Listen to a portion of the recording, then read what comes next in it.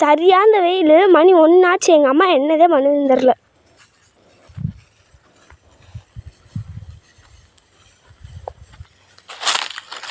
மா மாவ் என்னப்பா?